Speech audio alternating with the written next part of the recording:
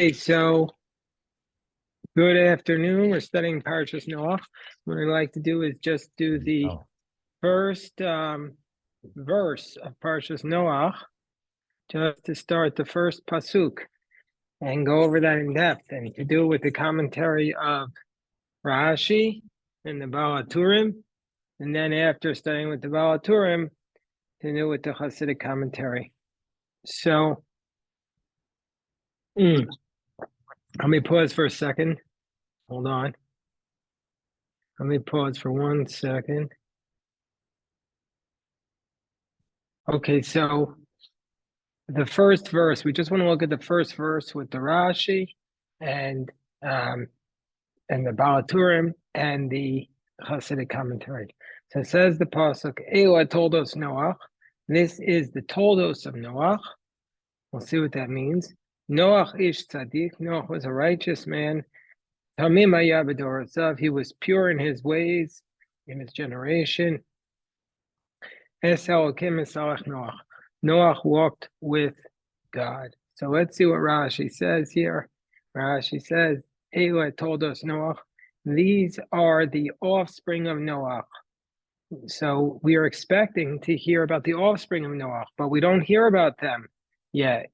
It's interrupted by telling us that Noach was a righteous man. So Rashi tells us that's because all these kiros siper v'shivcho.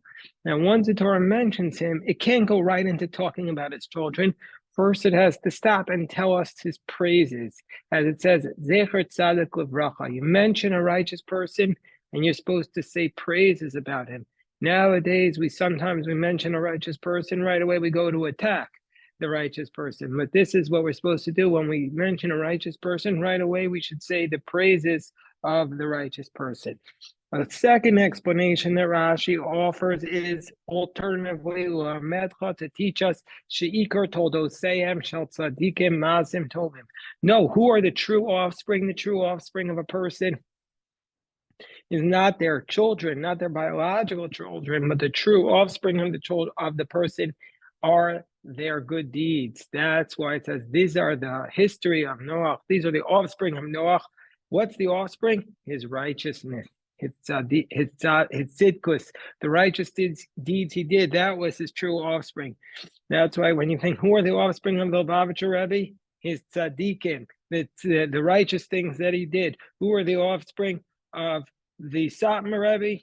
Same idea. All the Satmar Rebbe also had no children. His offspring are the good deeds he did. Who is the offspring of the Chazon Ish? Same idea. These are the good deeds that he did. This is the offspring of Noach. Noach was a righteous man. Bidorosav, what does it mean in his generation? And about here we see two explanations in the Rashi. Rashi says, Yesh mi rabosenu dorshem osola shevach. And there are some who take this phrase that Noah was righteous in his generation, and they expound it as praiseworthy, meaning to say, if he would have been in the generation where everybody was righteous, how much more so? How much greater would he have been? He would have been an even greater tzaddik. And some say they expound it for bad. For his generation, he was good, but for a generation of if he was compared to tzaddikim, he wouldn't be so great. If he had been in the generation of Abraham, he would not have. Rashi writes, he would not have been considered anything at all. And then the last thing to comment on in this verse, there's three parts basically to this verse. The first part is this is the history of Noach. What does that mean? If he was righteous and pure, what does it mean? And then it says, Tamim haya b'dorasav, he was righteous in his generation. And the third part of this very, very rich verse is, Es Elokim hisalach Noach, Noach walked with God. So here too, Rashi takes an approach that is critical. He says, Noach walked with God, but by Abraham it says, walk before me. Noah needed the support to bear him up, but Abraham would strengthen himself and walk in his righteousness on his own. So Noah needed the support of God, but Noah walked before God, but Abraham walked before God. And so therefore he was strengthening himself on his own. So These are the explanations of Rashi to this very powerful verse. I want to first, before we go into some of the Hasidic, if there's ever a verse that cries out for Hasidic explanations, it's this first verse. But for that, I want to go to, I would like to go to the Baal HaTurim on this, because the Baal HaTurim is always so special. And so before I go to the Hasidic, we look at the Baal HaTurim. The Baal HaTurim, Rabbi Jacob ben Asher, writing in the 14th century, he says, Eilet Toldos, these are the offspring. It has a Metazoretic note that appears at 37:2, and that tells us Daled Dismiche. It means that this phrase, Eilet Toldos, appears 4 times in Tanakh. This phrase, this is the history, appears only 4 times in Tanakh. You might think that it appears this is such a common phrase, but it's not. It's unusual. And all 4 of these times are in Genesis. First, it appears in chapter 2. Ela toldos hashamayim ba'aretz bihi baram. This is the offspring of heavens. Number 2, this is the offspring of Noach right here. Then later on in our portion, Ela toldos Shem. This is the offspring of Shem. And then we have Parashas toldos, Ela toldos Yaakov, Yosef. So Rashi had said, but we had expected it to say the children, but then go straight into Noach was a righteous man. But the irony is, says the Baal HaTurim, that in all 4 instances, Bekuan pasalat shelafanav, in all 4 instances, the verse rejects that which comes before it. Meaning to say, when it says, Eile toldos hashamayim, this is the history of the heaven, it was rejecting what came before it, which is what? Pasal tohu vavo. There had been emptiness and a void, and comes along the heaven and fills that space and rejects the void. Eile toldos Noach, this is the lineage of Noach. Pasal dorot shelafanav. Noach's offspring came and rejected the generations of wicked men who preceded him. Meaning to say, we're learning a very powerful point from this Baal HaTurim, that the word toldos is not just this is the history, it's a revolution in history. That these are the offspring that negate the passage that came before it. The heavens negated the tohu vavohu. The Noah's lineage negated the generations that came before him, which had been corrupt. This is the offspring of Shem that rejects Pasal b'nei Chamu b'nei Yafet. It rejects the children of Cham and Yafet for the righteous children of Shem. And then we come to Eli told us Yaakov Pasal Esav ha'ufav. This is the lineage of Jacob. It rejects Esav and his captains. So we see from here that the word toldos isn't just about the lineage, it's about a revolution, a rejection of what came before it. Now we have the next point, which was a very powerful point in the Baal HaTurim as well. Noach, Noach, Noach. He points out that the word Noach appears 3 times in the first verse of the portion. Eile toldos Noach. This is the lineage of Noach. Noach ish tzaddik. Noach was a righteous man. Tamima yabedor asav. Et Elokim etalach Noach. God walked with Noah. So Noah appears 3 times. Why? Shera'ah shlosha olamot. Because Noah saw 3 worlds. So therefore his name appears 3 times. What does this mean? Noah saw 3 worlds. So that's why we have this tremendous critical edition of the Baal HaTurim with just tremendous footnotes. And let's read what the footnote says. Noach was this is the first explanation of why does it say Noach 3 times. Baal HaTurim is going to give 3 explanations about why Noah's name appears 3 times in the first verse. The first explanation is that Noach saw 3 worlds. So again, we see 3. Why does Noah's name appear 3 times? Baal Turim gives three explanations, and the first of the three explanations is because Noach saw three worlds. What does that mean? He was one of three people who saw three worlds. Again, this is beautiful. Noah's name appears three times. He gives three explanations, and the first explanation is because he was one of three who saw three worlds. Who are the three people who saw three worlds? Noah, Daniel, and Job. This is heartbreaking. Noah, Daniel, and Job. So Noah saw the world in its, what are the three ways in which he saw the world? He saw the world in its settled state, in its destruction, and then in its rebuilt world. So Noah saw the world as it was existing. That's the settled state. But then he saw it destroyed, and then he saw it rebuilt. Most of us don't get to see all three worlds. I can imagine like a Holocaust survivor lived before the destruction of European Jewry. He saw the world, then he saw it in its destroyed state, and then he saw the Jewish community rebuilt. So Daniel saw the first temple in its glory, in its destruction, and then in its rebuilt glory at the second temple. Job saw his home in his glory, in its destruction, and in its regained glory. So this is what the Baal Turim is referring to. That's the first explanation. The second explanation is that Davar Acher, alternatively, this is amazing. Noach was Haya Mishlosha. He was one of three people. Sheko Echad Hitzil Shlosha Biskuto. He was one of three people who each saved three people with their own merits. Noah saved three people, and he was one of three people who, in turn, each of them saved three people.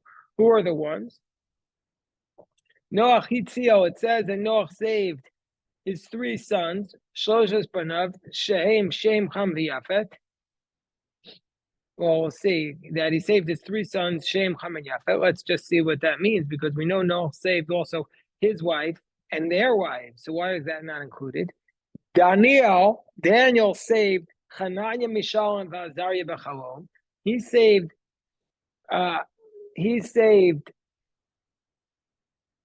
Hananiah, Mishael, and Azariah when he interpreted Nebuchadnezzar's dream. We'll see what that means. And Eov Hitzil Shloshas Re'av, and Job saved his three friends, who are Eliphaz the Temanite, Bildad the Shuhite, and Sophar the Anaamatite. So let's go back and see what this means. Noach saved his three people in his merit. So this refers to a verse from Ezekiel chapter 14, verse 13. As it states there, even that God will punish those who act treachery, even if the three men, Noah, Daniel, and Job, would be in their midst, they would only be able to save their own souls. So we see that Noah, Daniel, and Job had saving powers, normally worked, but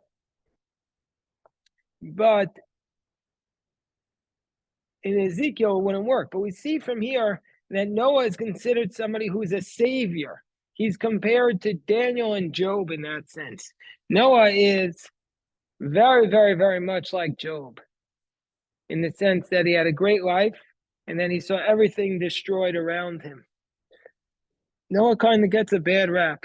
He doesn't have it as, nobody gives him the credit for going through the hell he must have gone through to see everything around him destroyed. Nobody gives him the credit for being righteous, and not enough people. So we see that Noah he's got the tough time. Why does Ezekiel single out these three men, Noah, Daniel, and Job? So Rashi or Radak says each of these three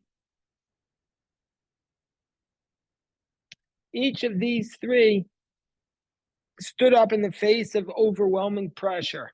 Noah remained pure while he was surrounded by a completely corrupt society. Daniel remained strong even in the lion's den, and Job did not give in even though he was suffering. So the Baal HaTurim, however, gives a different explanation, that they each saved 3 people, and that's why the prophet Ezekiel singles them out. So, first of all, like we said before, why does he say Noah only saved 3 people? Noah really saved 7 people. Meaning to say his son's wives and his wife. That's what it says explicitly in the verse.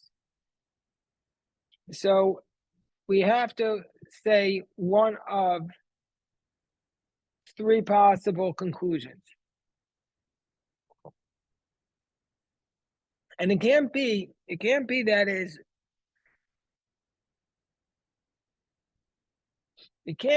wife saved them in their merits, because then there would be another person. There would be 4 people who saved 3 people. And the Midrash says there are only 3 people who saved 3 people: Noah, Daniel, and Job. So what are the possible reasons why he doesn't list them? So one explanation is that there's a principle: our wife is like the husband, meaning to say, he lists the husband and the wife are considered to be the same person. It's so much so that doesn't count them twice. Number 2, you could say each of these women, Noah didn't save them, that they had enough merit to save themselves. So that's the second explanation. And third possibility is that one of the women had enough merits to save herself and 1 or 2 other women, but none had enough merits to save herself and all 3 others. So that's what you could say. But anyway,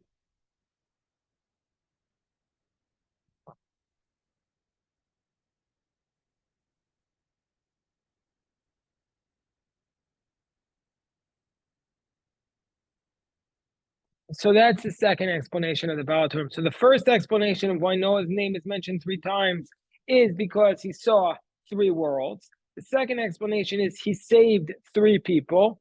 And alternatively, it's to tell us the way he was Noach LaShamayim, Noach LaBrios, Noach LaElyonim, Noach LaTachtonim, Noach B'Olam Hazeh, and Noach B'Olam Haba.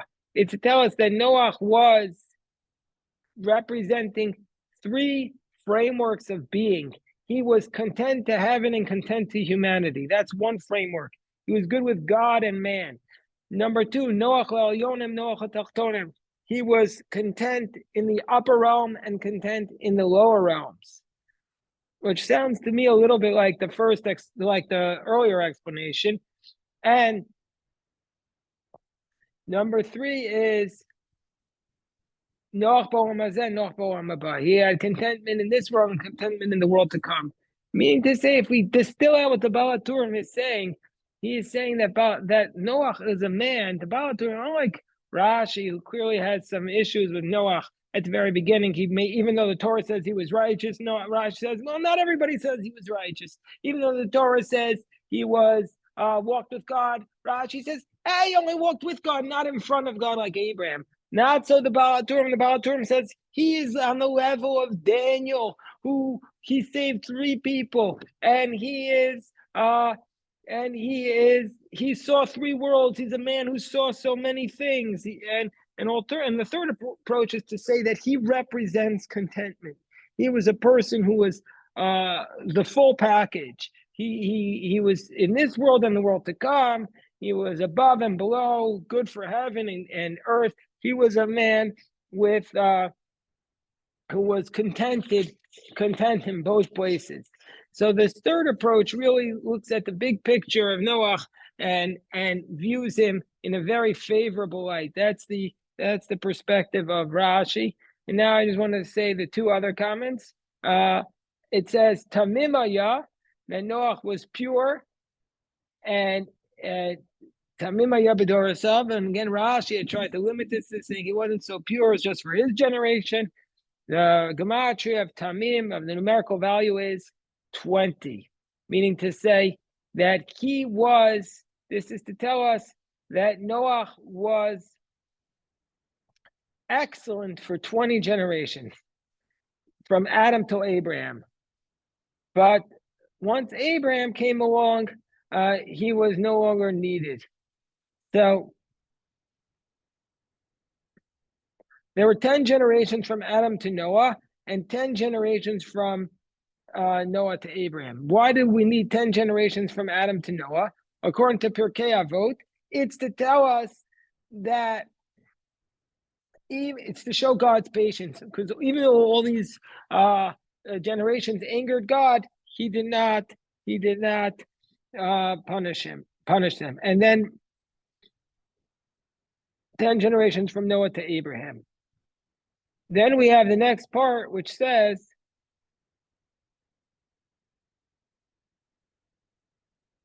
Noach walked with God. Remember, Rashi said he only walked with God, but not before God. But Baal HaTurim gives a different explanation. And so, such a beautiful explanation. It says, if you take the last letters of each of these words, Elokim hitalech, Noach, you spell Chacham. Noach was wise. Meaning to say, he who acquires souls is a wise man. So that Noach was very wise. That the Midrash says during the entire 12 months that Noach was in the ark, he never slept. He didn't sleep by day or at night. He was busy feeding the creatures. His best friends were the animals, and he had to feed them. You imagine having all those animals in your home. Imagine having to feed them day and night. And in order to keep all the animals well, Noach had to learn their proper feeding schedule. And so he's described as a wise man. So again, we see that the Baal HaTurim has taken a very, very favorable approach to Noah, very favorable approach to Noah, looking at him as a person who synthesizes the worlds, the human and the animal, and also a person who saves others, who saves animals, who's very sensitive and very generous. The reason why I wanted to emphasize this is because we discussed this last night at the Rashi study. Say some of the Rebbes, the Torah tells us Noach was righteous. Says Noach was a righteous man. Yet come along the rabbis and say, oh, he wasn't so righteous. He was just righteous in his generation. They're attacking him. Doesn't pay to be good anymore. The Torah says straight out Noah was a tzaddik. All of a sudden, the whole world is against Noah. He wasn't so good. He didn't save enough people. Baal HaTurim says, yeah, he saved 3 people. You try saving 3 people. Imagine how hard it is to save 1 person, let alone 3 people. Noah saved 3 people. Nobody wanted to go with him onto the ark. Very few people, he was able to save his children and their wives. And he lived with his children and his wives and his own wife on the ark. And in that sense, the Baal HaTurim takes a very, very positive approach to Noah. Let me just pause for a second, see if anyone has any questions before we look at some of the Hasidic commentaries. Let's go to some of the Hasidic interpretations. First, I wanted to look at the interpretation that says Noah was righteous in his generation. Noach ish tzaddik tamim haya b'dorasav. Noach was righteous, pure in his generation. So the emphasis is the ish, meaning to say amongst he was a personal tzaddik, meaning to say the people around him. He was an ish tzaddik. The people around him considered him to be righteous. And David, this is what David requested. David said, judge me according to my righteousness according to my standards, not according to your standards. Meaning to say, when you measure somebody against the greatness of God, what's the difference between one man and another man? Meaning to say, everybody is considered to be small if you're measured against God. But if you measure against other people, we're going to see Noach's greatness. And so that's what some want to say.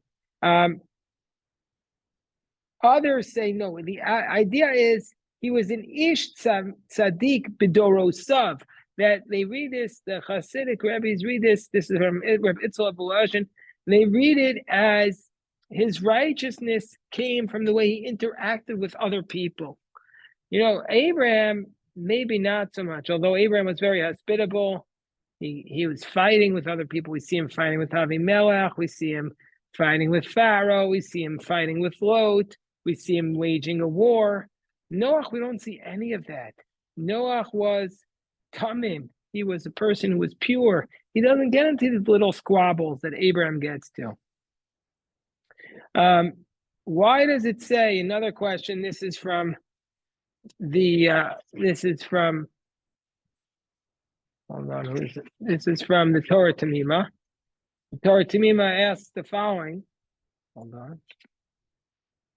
Torah Tamima says, why does it say Noach was righteous in his bidoro sav? Why doesn't it say bidoro, which would be the more typical way to say it? Why does it say it bidoro sav and not bidoro? So the Seforno writes, because this took place, he was in the generation of Mesushalach and Lemech. Meaning to say, that's why it has to limit it. But that's not sufficient. Because everybody's life overflows into other generations together. And so therefore we want to say that, says the Torah Tamima, it comes to hint to what the Rambam writes in Mor Nevuchim, that the years of the generations that are mentioned in the Torah is just basically telling us what certain individuals that are mentioned there left for us, and everybody else, they lived the regular life. So he lived a long life, but everybody else lived a regular life. And the Ramban challenged that, but that's what the Rambam writes. And so therefore it says Dorosav, because in his generation, he saw several generations together. And in all of them, he was able to be righteous. That's what the Torah Tamima says. Meaning to say, that Noah's generation transcended many generations. That's the idea.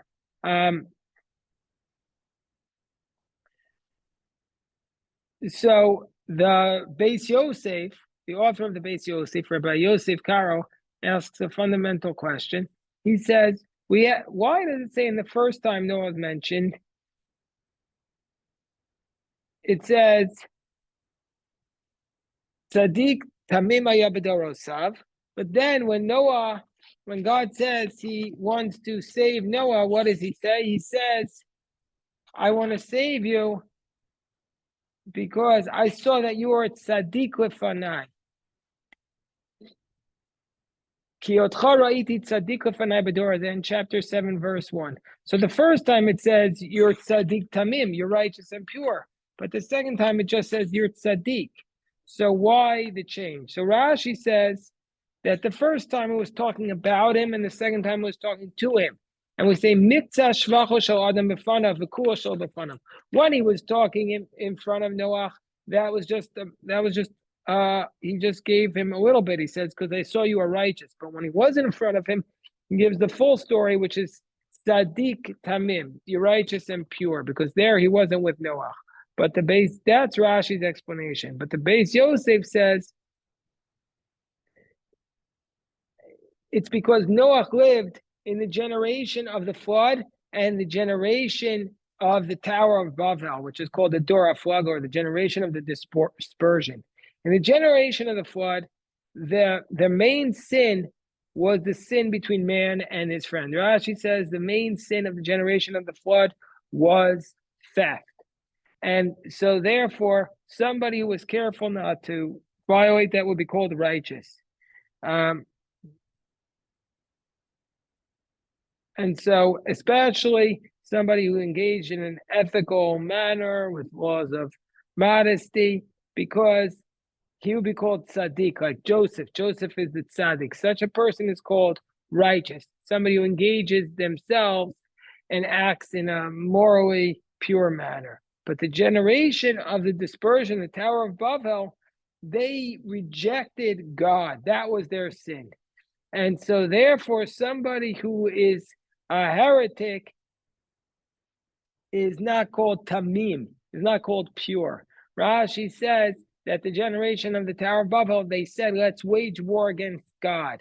So therefore, somebody who says, I'm not going to wage war against God is called tamim. It's called pure. Tamim tiyam Hashem elkecha. So therefore, when it mentions Noach, it says he was righteous in his generation, meaning to say, both in the generation of the flood and the generation of the Tower of Babel, it says he's both tzaddik and tamim, because he's tzaddik with respect to the generation of the flood that he doesn't, that he was good to other people, and he was tamim in the generation of the Tower of Babel that he didn't challenge God. But when God says to him in chapter 7, I'm going to save you because I saw you are tzaddik, that just refers to saving him via flood, and that was just a generation of the flood, and therefore just says tzaddik and doesn't say tamim there. Okay, so that's what the Baal HaTurim says. Here we have another idea about why it's called tzaddik and tamim.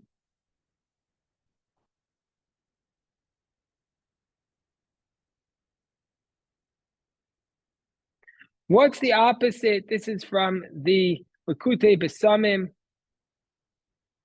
in the name of Rav Chaim Berlin. He says, what is the opposite of a tzaddik? The opposite of a righteous man is a wicked man, is a rasha. And a wicked one is a man who acts improperly, whether a person who acts improperly vis-a-vis relationships with other people and he does bad actions is called a wicked person. What's the opposite of a tamim? Tamim means pure. So what's the opposite of a pure person? It's an ikesh, or a cunning person, a man who has ulterior motives. He's not pure. He's always acting with ulterior motives. So the generation of the flood, their sin was actions. They stole. That was their sin. The world was filled with violence. The generation of the Tower of the Babel, their sin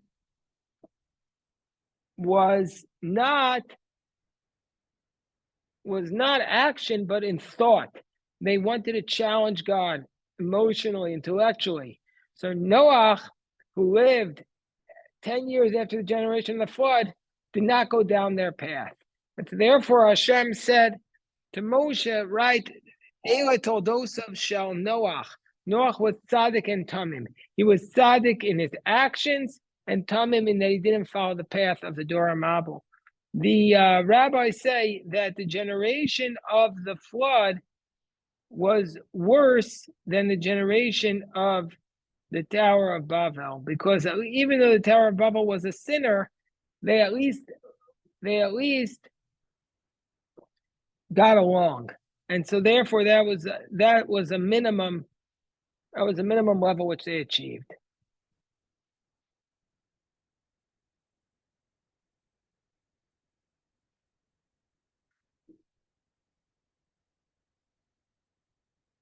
So the Yitav wave tells us another explanation. I'm going to bring it back to what Morris said. I think what Morris said, which was that he was only called tzaddik in generation, but not tamim, because he agreed with God's decision. He agreed in the end for God's decision of justice. Interestingly enough, that the Midrash compares Noach to Job. Both Noach and Job are two ways of God bringing down this almost like capricious rule on the earth. With Noach, we see the world wiped out, and Job, it seems like God is almost acting capriciously to test them, to test out Noah. And that's interesting that the Midrash equates Noah and Job in the sense that they each saved three other people.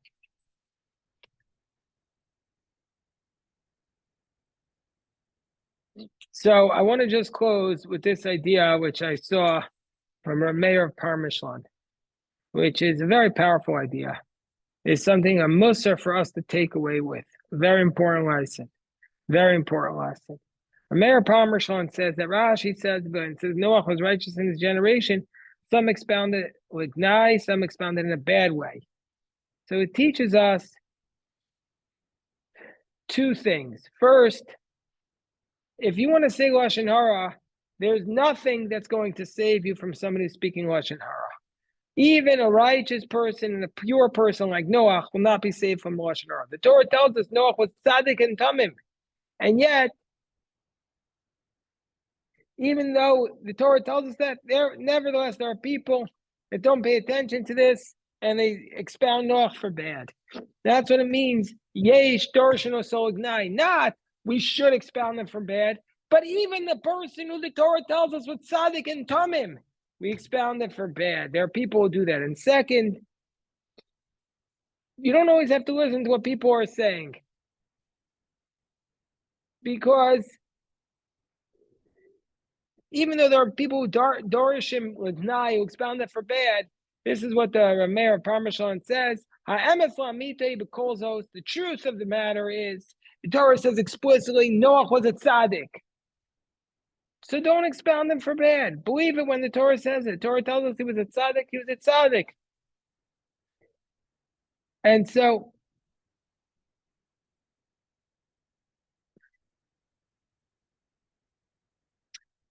that's the fundamental idea. The same idea is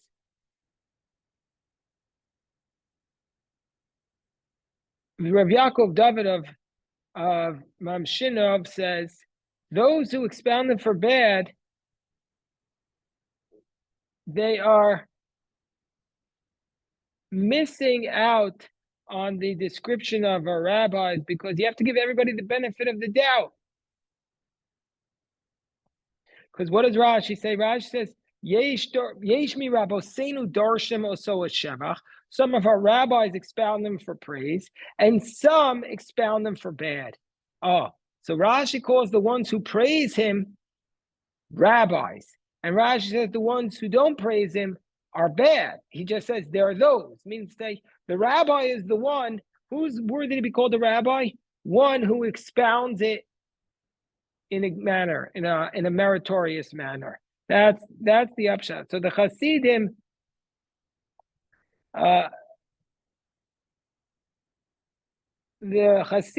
look at this as trying to find a way to say, don't say anything bad about Noah. He was a righteous man, and the Torah says it explicitly.